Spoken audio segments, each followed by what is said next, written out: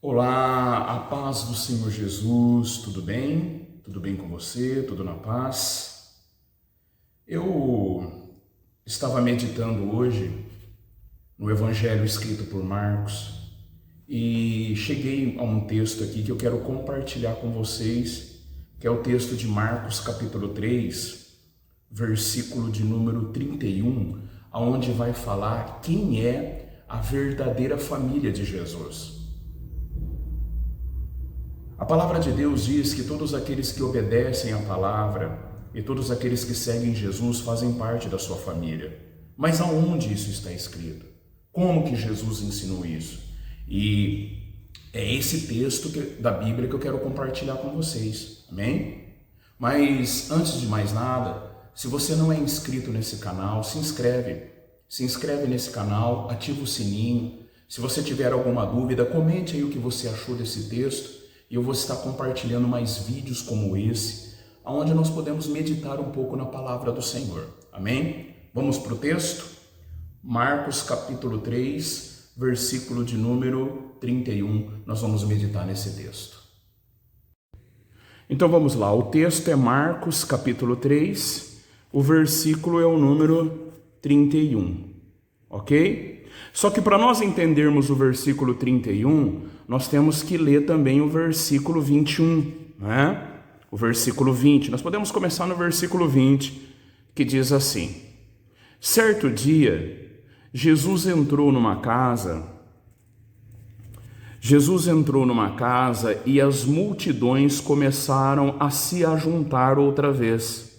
Logo, ele e seus discípulos não tinham tempo nem para comer. Então Jesus começa a operar, né, o seu ministério com milagres, ensinos, aconselhamentos, cura, libertação. E as multidões, né,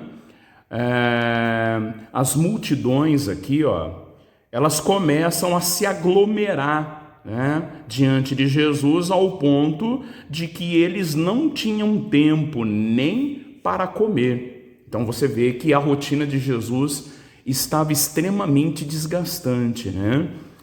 Quando os familiares de Jesus, quem eram os familiares de Jesus? Sua mãe e seus irmãos, né? Sua mãe e os seus irmãos. Muito provavelmente nessa época aqui José já havia morrido. Quando os familiares de Jesus souberam o que estava acontecendo, tentaram impedi-lo de continuar, porque eles acreditavam que Jesus estava fora de si.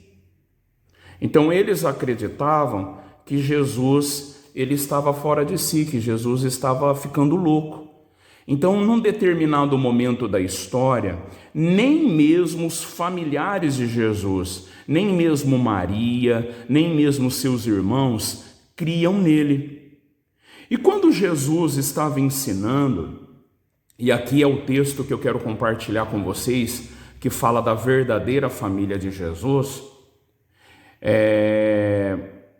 então a mãe, Maria, e os irmãos de Jesus, olha que interessante, a Bíblia fala que Jesus tinha irmãos.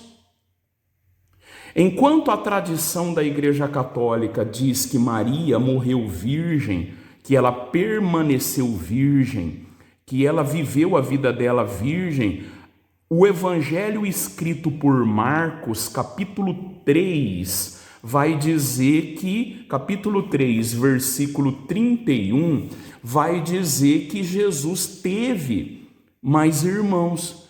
Existem outros textos, né, outros evangelhos que vão dizer também que Jesus teve irmãos e irmãs. Então, a tradição católica, diante da Bíblia, tem uma controvérsia. A Bíblia diz que Jesus teve irmãos, né? A tradição diz que não. Aí você vê em quem você vai acreditar, se você vai acreditar na tradição ou se você vai acreditar na Bíblia. Mas vamos lá. Marcos capítulo 3, versículo 31. Então, a mãe e os irmãos de Jesus foram vê-lo. Só que eles estavam do lado de fora, Eles não estavam participando da reunião, eles não estavam participando do culto, eles estavam do lado de fora e mandou que alguém fosse avisar Jesus, para que Jesus parasse o que ele estava fazendo e saísse para falar com eles. Está conseguindo entender? Havia muitas pessoas sentadas ao redor de Jesus e alguém disse: ó, sua mãe e os seus irmãos estão do lado de fora e estão querendo falar com você, estão te procurando. E Jesus respondeu: quem é a minha mãe? Olha o grau, né, da resposta de Jesus. Quem é a minha mãe? Quem são os meus irmãos? Então ele olhou para aqueles que estavam ao seu redor e disse: vejam, estes são minha mãe e meus irmãos. Quem faz a vontade de Deus é meu irmão e é minha mãe. Então Jesus está dizendo: aquele que faz a vontade de Deus, este sim é o meu irmão e este sim é a minha mãe. Quem faz a vontade de Deus faz parte da família de Jesus. Quem faz a vontade de Deus faz parte dos familiares de Jesus. Que texto maravilhoso, né? Que texto maravilhoso. Então, quem faz parte da família de Deus? Quem tem autoridade para chamar Deus de Pai? Aquele que faz a vontade de Deus. Fazer a vontade de Deus quer dizer que nós não devemos colocar a nossa vontade em primeiro lugar. Fazer a vontade de Deus é renunciar à nossa vontade. Fazer a vontade de Deus é deixar de lado aquilo que é a nossa vontade para fazer a vontade do Pai. Lembra quando Jesus ensina sobre a oração? Ele diz: Pai, seja feita a tua vontade, assim na terra como no céu. Quem lembra aquele texto do Getsêmani, onde Jesus fala: Pai, se possível for, passa de mim essa dor, mas todavia seja feita a tua vontade. Fazer parte da família de Deus é não fazer a minha vontade, mas fazer a vontade de Deus. Porque muitas das vezes a nossa vontade vai contrariar a vontade de Deus.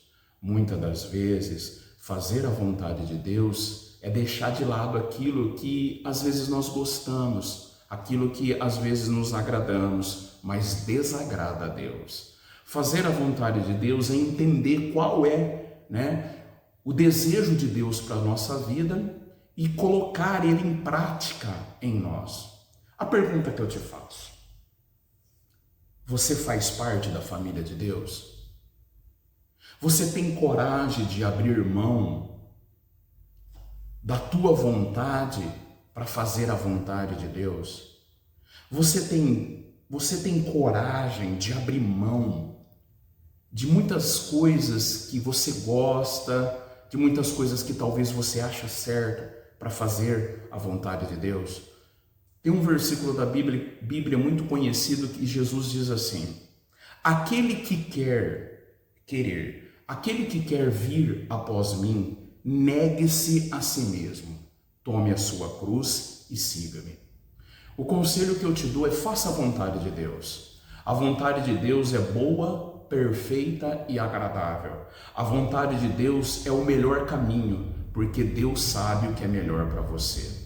Essa é a palavra que eu deixo para você hoje. Faça parte da família de Deus. Faça a vontade de Deus. Amém? Deus abençoe você com um ótimo dia. Até o próximo vídeo, a próxima reflexão bíblica. Deus te abençoe. Amém.